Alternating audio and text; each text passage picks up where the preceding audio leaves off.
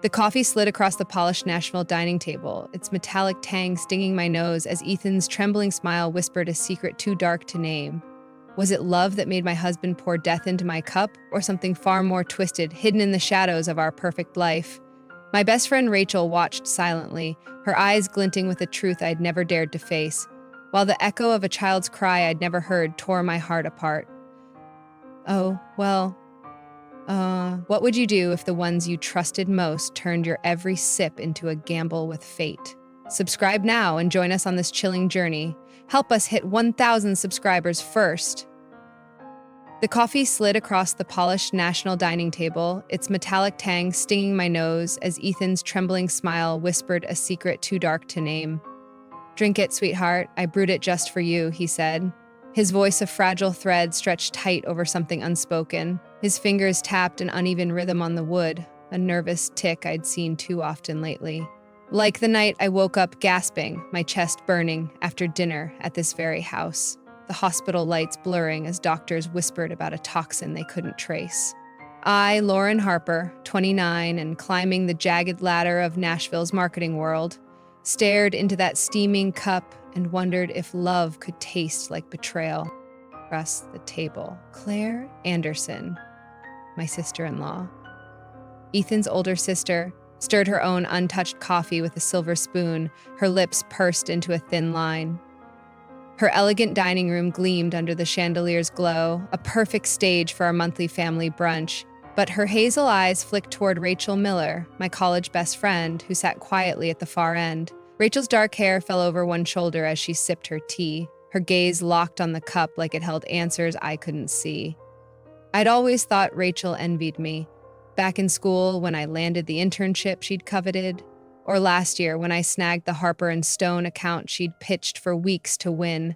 But now, as Ethan's hand brushed mine, urging the coffee closer, I wasn't so sure who held the knife. "Looks delicious," I said, forcing a smile that felt like glass on my lips. I lifted the cup, letting the steam curl under my chin, and pretended to take a sip. Ethan's shoulders relaxed, just for a heartbeat, before that twitchy grin returned. Claire's spoon clinked louder against her mug, a sound sharp enough to slice the silence. Rachel didn't look up, but her fingers tightened around her teacup. My mind raced back to the emergencies, 3 in the last 6 months. The stomach cramps after Ethan's special pancakes, the dizziness that sent me reeling after Claire's tea, the night I blacked out with my pulse fading.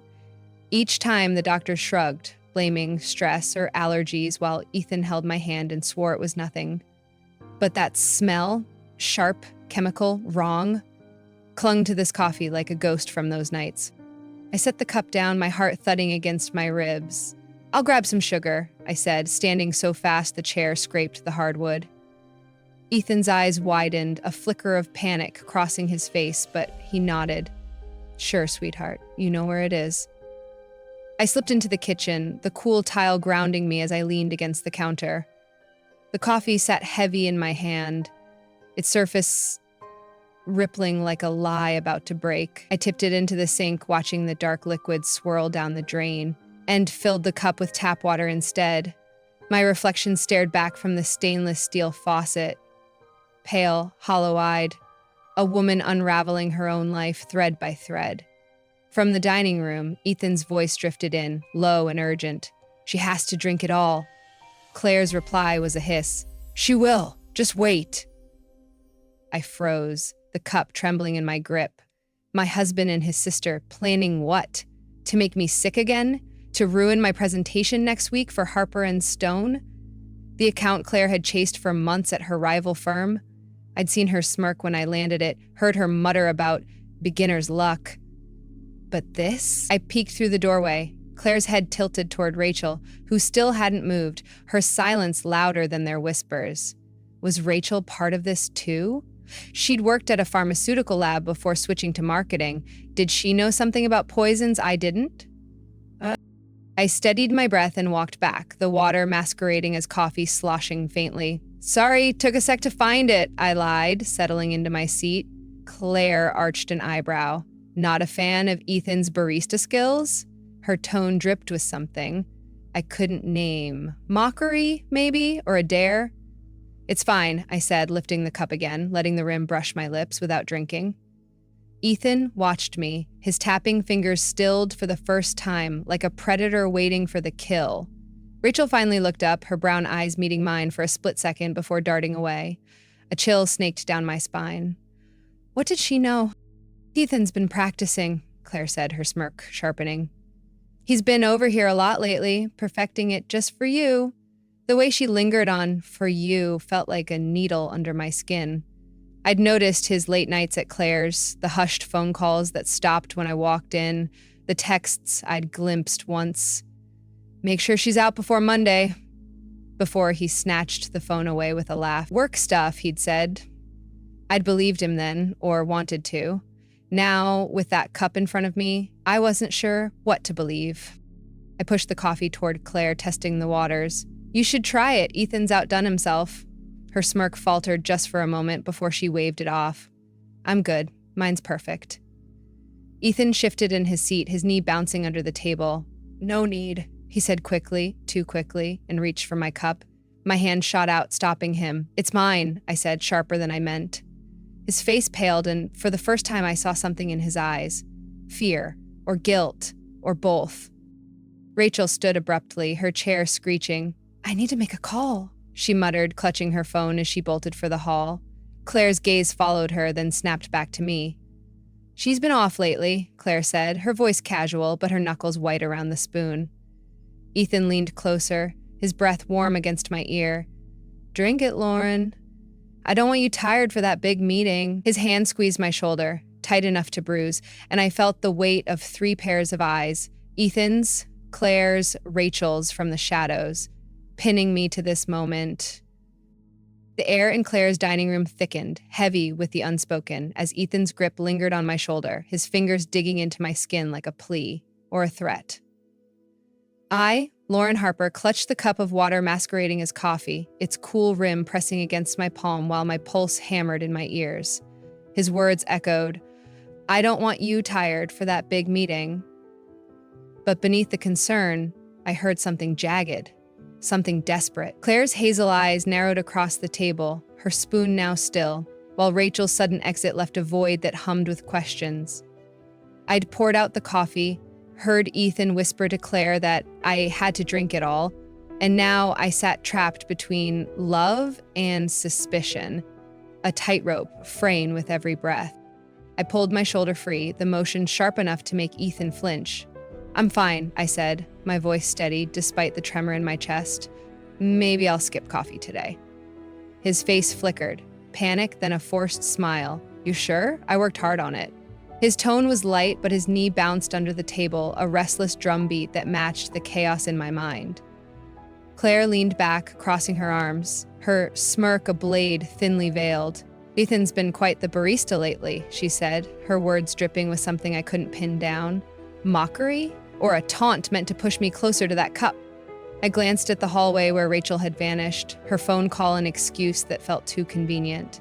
She'd been distant lately, her texts short and her smiles tight. Ever since I landed the Harper and Stone account, she'd spent weeks pitching.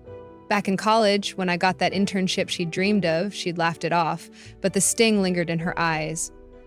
Could she hate me enough to hurt me?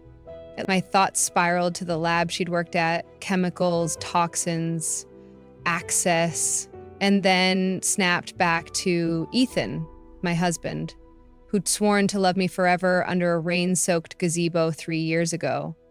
The man who'd held me through nightmares now sat here, urging me to drink something that smelled like death. Let's see how good you've gotten, I said, sliding the cup toward Claire. My voice was a dare, my eyes locked on hers. If they wanted me to drink, let them prove it was safe. Claire's smirk faltered, her fingers twitching toward the cup before she waved it off. I'm good. Mine's just right. Her casual tone clashed with the tension in her jaw, and I saw, what? A crack in her perfect mask. Ethan's hand shot out, faster than I expected, grabbing the cup before Claire could reconsider. No need, he said, his voice tight, and then, in a move that stole the air from my lungs, he lifted it to his lips and drank. The room froze, the cup trembled in his grip as he swallowed a single deep gulp, his Adam's apple bobbing like a man choking down regret. See? He rasped, setting it down with a thud. It's fine. But it wasn't fine. His face flushed red, beads of sweat dotting his forehead, and a hoarse cough ripped from his throat. He clutched the table, his knuckles white, and I stared, horrified, as his eyes watered, red-rimmed, wild. Ethan? I whispered, my hand reaching for him, despite the fear clawing at me. He doubled over, gasping, and collapsed to the floor, his chair crashing behind him.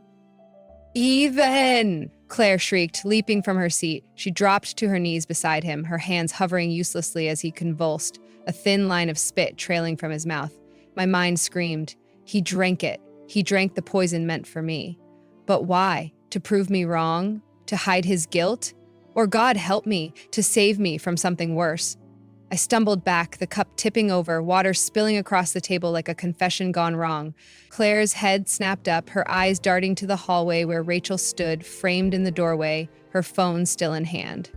Call 911. I yelled, my voice breaking.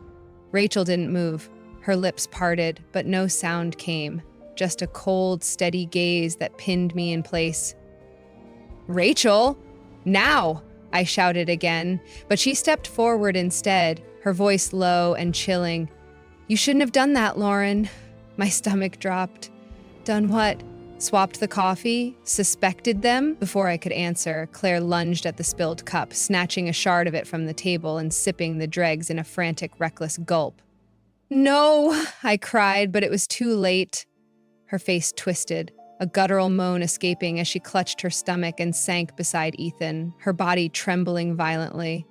I stood there, paralyzed as my husband and sister-in-law writhed on the floor, Ethan coughing blood now, Claire's breaths shallow and ragged. Rachel watched, unblinking, her silence a weapon sharper than any scream. What did you do? I whispered, my voice barely audible over Ethan's gasps. She tilted her head, a faint smile curling her lips. What did you do, Lauren? You're the one who switched it. Her words hit like a slap, twisting my guilt into a knot. Had I caused this? Or had I uncovered something they'd planned all along? Sirens wailed in the distance, a lifeline cutting through the chaos, but my eyes locked on Ethan. He reached for me, his hand shaking, blood staining his fingers. Lauren, he croaked, tears streaming down his face. I couldn't. His voice faded, his body going limp, and I dropped to my knees beside him, sobbing as I gripped his hand. Ethan, why? I begged, but he didn't answer. Claire's tremors slowed, her eyes fluttering shut, and the room spun around me. A nightmare I couldn't wake from. Rachel stepped closer, her shadow falling over us. You always had to win, she said, her voice a venomous whisper. Even now. The sirens grew louder, tires screeching outside, but her words burrowed into me. Win what? The account? Their trust? My life? I looked at Ethan's still form, Claire's pale face, and felt the weight of a truth I didn't yet grasp. Was this my fault or theirs? The dining room floor was a battlefield, stained with water and blood as Ethan's lifeless hand slipped from mine, his final words, I couldn't, echoing in my skull like a gunshot. I, Lauren Harper, knelt beside him, tears blurring the sight of Claire's trembling form just feet away, her breaths shallow and ragged as the poison she'd sipped took hold. Rachel Miller stood over us, her shadow stretching across the hardwood like a noose tightening around my neck. You always had to win, she'd said, her voice a blade of ice that cut deeper than the chaos unfolding. The sirens screamed closer, but time slowed, trapping me in this hell where love and betrayal bled together. I staggered to my feet, my hands slick with Ethan's blood, and faced Rachel. What did you do? I demanded, my voice cracking under the weight of grief and rage. Her brown eyes glinted, unyielding, as she stepped closer, her phone dropping to the floor with a hollow clatter. What did I do? She countered, her smile twisting into something feral. You're the one who played hero, Lauren, switching cups, stirring the pot. Look where it got them. She gestured to Ethan and Claire, her words a venomous accusation that sank into my chest. Had I killed them by doubting them? Or had I saved myself from their trap? Before I could answer, Rachel's hand darted into her pocket, pulling out a syringe, its needle catching the chandelier's light like a promise of death. "You should have drunk it," she hissed, lunging at me. My scream caught in my throat as I stumbled back, crashing into the table. Plates shattered, glass biting into my palms, but I grabbed a broken wine bottle from the wreckage, its jagged edge my only defense. "Stay back," I shouted, slashing the air between us. She laughed, a wild, unhinged sound, and swung the syringe like a dagger, aiming for my neck. I ducked, the needle grazing my shoulder, and swung the bottle with all my strength. It smashed into her wrist, the syringe flying across the room and skidding under the buffet. Rachel snarled, clutching her hand, blood dripping from where the glass had cut her. "You bitch!" she roared, charging again, her nails raking my arm as we grappled. I tasted copper. My blood or hers, I couldn't tell, and kicked out, catching her knee. She stumbled, and I shoved her hard, sending her crashing into the wall. The framed photo of Claire's perfect family, Ethan grinning beside her, fell, shattering over her head. Panting, I scrambled for the syringe, my fingers closing around it just as Claire's voice rasped from the floor. "Rachel, you lied!" Her eyes fluttered open, wide with terror, her body convulsing as she clawed at the hardwood. "It wasn't supposed to..." She gagged, foam bubbling at her lips, and I froze. Lied about what? Before I could reach her, Ethan stirred, a guttural moan escaping him as he dragged himself toward me. "Lauren," he whispered, his face ashen, blood streaking his chin. "I didn't want... Rachel made me." His hand gripped my ankle, weak but desperate, and tears spilled down my cheeks as I dropped beside him. "Ethan, why?" I sobbed, cradling his head, his eyes red and glassy locked on mine. "She said if I didn't, she'd take..." He coughed, blood spraying my shirt, and his voice broke. "I drank it to stop her." My heart shattered. He drank it for me, but the words choked in my throat as Rachel lunged again, this time from behind. Her arm wrapped around my neck, yanking me back, her breath hot against my ear. "You stole everything," she screamed. "The internship, the account, my life." I drove my elbow into her ribs, breaking free and spun to face her. "You're insane!" I yelled, shoving her toward the table. She hit the edge, gasping, but her eyes burned with hate. "You don't get it," she spat, blood trickling from her lip. "Harper and Stone was mine until you swooped in with your perfect pitch." Her words stung, dragging me back to that college rejection letter she'd cried over, the one I'd tried to comfort her through. Had she hated me all this time? The front door burst open, paramedics and police flooding in, their shouts a blur as they swarmed the room. "Hands up!" An officer barked, gun drawn, but Rachel bolted, shoving past him toward the hall. "Stop her!" I cried, but she vanished into the shadows as medics surrounded Ethan and Claire. I clutched Ethan's hand, his pulse fading under my fingers. "Stay with me," I begged, my voice breaking as they lifted him onto a stretcher. His eyes fluttered shut, a tear slipping free, and the medics' grim faces told me what I couldn't bear to hear. He was slipping away. Claire groaned as they strapped her down, her trembling hand reaching for me. "Lauren, the baby," she rasped, then fell silent, her body limp. "Baby," my mind reeled. What baby? As the stretcher rolled out, sirens piercing the night, I sank to the floor, the syringe still in my hand, its contents a mystery that could have been my end. Rachel's words, "You stole my life," clawed at me, but Ethan's sacrifice burned brighter. He drank the poison to save me, or so he'd said, but from what? From her? From Claire? From a truth I didn't yet know? The police swarmed, barking questions I couldn't answer, but my eyes stayed on the empty doorway where Rachel had fled. She was out there, a ghost with a grudge. And Claire's last word, "baby," hung like a bomb, ready to detonate. Was Ethan protecting me or hiding something darker? Did Rachel act alone, or were they all in deeper than I'd ever imagined? The Reaper had come, and I'd faced him. But at what cost? The ambulance doors slammed shut, swallowing Ethan's lifeless body and Claire's fading form as the sirens wailed into the Nashville night. I, Lauren Harper, stood trembling in Claire's wrecked dining room, the syringe still clenched in my blood-streaked hand, its needle glinting like an unanswered question. Rachel's escape echoed in the silence. Her venomous words, "You stole my life," clawing at my soul, while Ethan's last confession, "I drank it to stop her," burned through my tears. The police swarmed around me, the radios crackling, but my mind clung to Claire's final rasp. The baby. What baby? Whose? And why had Ethan died to keep it from me? An officer, a broad-shouldered man with a buzz cut, grabbed my arm. "Ma'am, we need a statement," he barked, but I barely heard him. My eyes darted to Ethan's phone, lying abandoned amid the shattered glass. I lunged for it, slipping from the officer's grip, my fingers shaking as I unlocked it with the code he'd never bothered to hide, our wedding date. The screen flared to life, revealing a string of texts from Rachel, each one a dagger twisting deeper. "She doesn't drink tonight, you lose everything. One more chance, Ethan, or the kid's gone. Make sure she's out before Monday." My breath caught. Monday. The Harper and Stone presentation.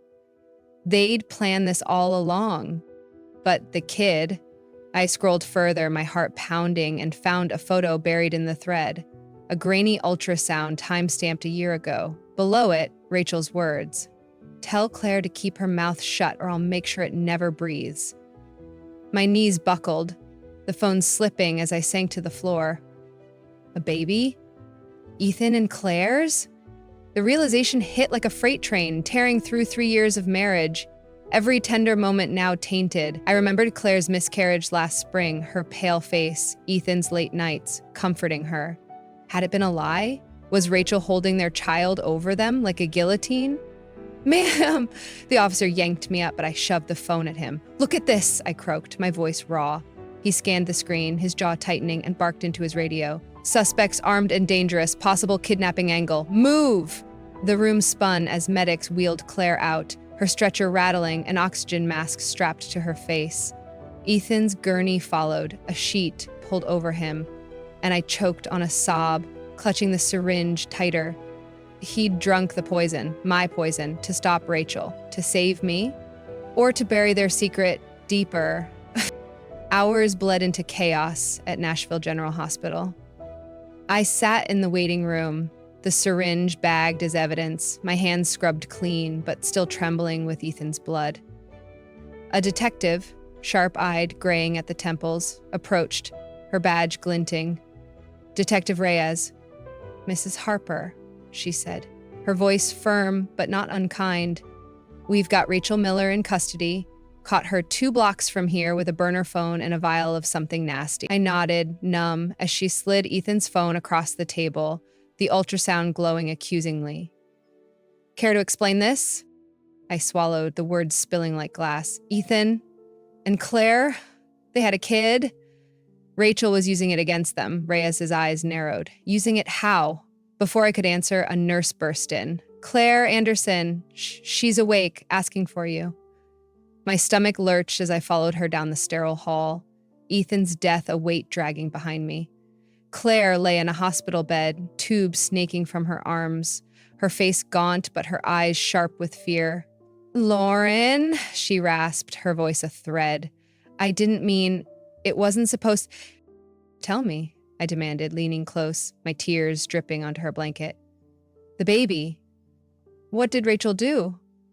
Claire's breath hitched, a sob breaking free. "It's alive! A girl! Sophie! Ethan and I, we slept together once after a fight you had. I lost the baby, or thought I did. Rachel...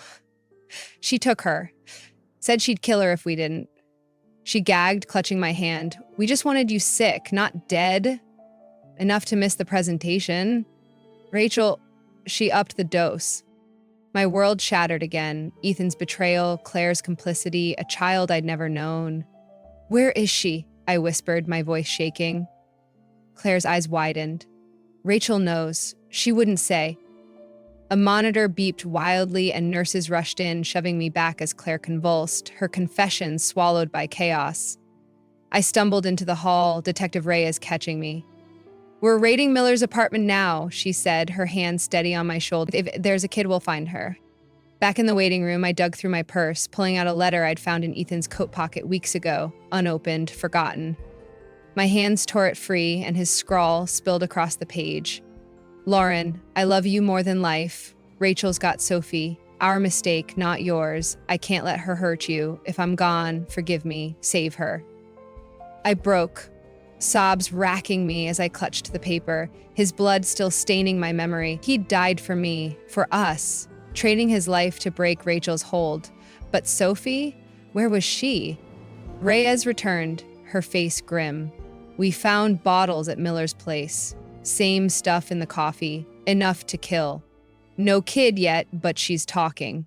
I gripped the letter, Ethan's sacrifice afire in my chest. What did she say? Reyes hesitated. She claims Sophie's safe with someone else. Won't name them till she gets a deal. My blood ran cold. Another player? Or a lie to save herself? The truth unraveled thread by thread, but the tapestry was still torn. Ethan's love had killed him, Claire's greed had damned her, and Rachel's hate had birthed this nightmare. Sophie, my husband's daughter, was out there, a ghost in the storm. Was she real? Or Rachel's final twist? Could I forgive Ethan for breaking us? Or myself for missing the signs? The hospital's sterile hume faded into a distant buzz as I, Lauren Harper, clutched Ethan's letter, his scrawled words, "Save her," setched into my soul like a scar that wouldn't heal. The waiting room chair bit into my back, the clock ticking past midnight, each second a thread unraveling the life I'd known. Ethan was gone, his blood still a ghost on my hands, his sacrifice a jagged truth. He'd drunk the poison to break Rachel's hold over Sophie, the daughter he'd hidden with Claire. Detective Reyes paced nearby, her radio crackling with updates. Rachel in custody, Sophie still missing, a shadow dangling just out of reach. My tears had dried, leaving only a hollow ache and a question. Could I reclaim hope from this wreckage? Reyes stopped, her sharp eyes meeting mine. Miller's cutting a deal, she said, her voice clipped. Says Sophie's with a friend, someone she trusts. Won't name them till the DA signs off. I gripped the letter tighter, the paper crumpling. Is she lying? I asked, my throat raw. Reyes shrugged, a rare crack in her armor. She's got no reason to, yet. We're tracing her calls, rating every address she's tied to. If there's a kid, we'll find her. Her words were a lifeline, thin and fraying, but I clung to them. Sophie... Ethan's daughter, my husband's last gift, was out there, and I'd tear Nashville apart to bring her home. Days bled into weeks, a blur of interrogations and dead ends. Rachel sat smug in her cell, her lawyer spinning tales of coercion, claiming Claire and Ethan had forced her hand. Claire, still tethered to machines, slipped in and out of consciousness, her whispered apologies drowned by the beep of monitors. I haunted the precinct, poring over evidence, bottles from Rachel's apartment, lab reports confirming the coffee's lethal dose, Ethan's phone logs painting a web of threats and desperation. Then, on a rain-soaked Thursday, Reyes burst into the waiting room, her coat dripping. We've got her, she said, breathless. Sophie, alive. My heart lurched as she led me to a squad car, tires screeching through the storm to a rundown house on Nashville's edge. The door hung ajar, a woman, wild-eyed, gray-haired, cradling a toddler with Ethan's blue eyes.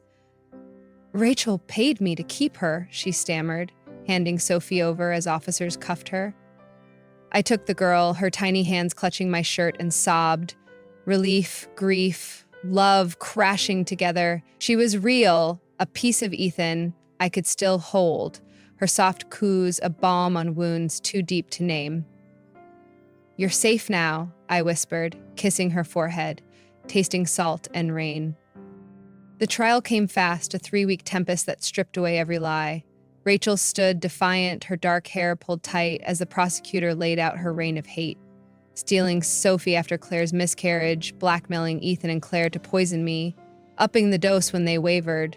She took everything from me, Rachel spat, glaring my way. That internship, Harper and Stone. My life? The ultrasound flashed on screen, Ethan's texts a damning chorus, and Claire's recorded confession. Weak but clear. Sealed it. We didn't want her dead. Rachel did. The jury deliberated an hour. Guilty, life without parole. Claire, frail in a wheelchair, got 15 years, her eyes avoiding mine as they wheeled her away. I sat through it all, Sophie on my lap, her giggles a quiet rebellion against the darkness. Ethan's letter stayed in my pocket, his love a weight I couldn't shed. The judge's gavel fell, and I felt no triumph. Just relief, a fragile dawn breaking over a shattered night. Outside the courthouse, reporters swarmed, but I slipped away, Sophie's hand in mine, her warmth a tether to something new. I wasn't her mother, not by blood, but I'd be her shield, Ethan's last wish made flesh. A year later, I stood at the Nashville Business Leaders Conference, the podium cold under my palms, Sophie babbling in the front row with a sitter. The room hushed as I spoke, my voice steady despite the tears. Success isn't just winning, it's rising from betrayal by those you loved most. Ethan broke my heart, but he gave me Sophie, proof that love can endure even in mistakes. I paused, the crowd blurring through my grief. I lost him, but I found her, and that's enough to keep going. Applause erupted, hands wiping eyes, and I smiled, a real one, as Sophie waved, her blue eyes shining like his. Backstage, an email pinged Harper and Stone renewing for 3 years, my career soaring where Claire and Rachel had tried to bury it. But as I tucked Sophie into bed that night, a letter slid under my door. No stamp, just scrawl. You think it's over? Ask Claire about Sophie's real father. Rachel's handwriting, I'd seen it in evidence. My blood chilled. Sophie's soft snores a stark contrast to the storm brewing. Was Ethan her dad? Or another lie? Claire, locked away, held the key, but would she ever speak? I stared out the window, Nashville's lights flickering like hope in the dark. I'd survived poison, betrayal, loss, built a life from ashes with Sophie at its heart. Rachel's taunt lingered, a splinter I couldn't pull, but I wouldn't let it break me. Ethan's love, flawed and fatal, had saved us both. Maybe that was enough. Or maybe the truth still waited, bitter and unclaimed. Can love redeem a lie that cost everything? Is Sophie Ethan's or Rachel's final twist? Who else lurks in this tale's shadows? I've sipped hope from betrayal's cup. Subscribe now to taste it with me. Help us hit 1,000 subscribers and uncover what's left brewing in the dark.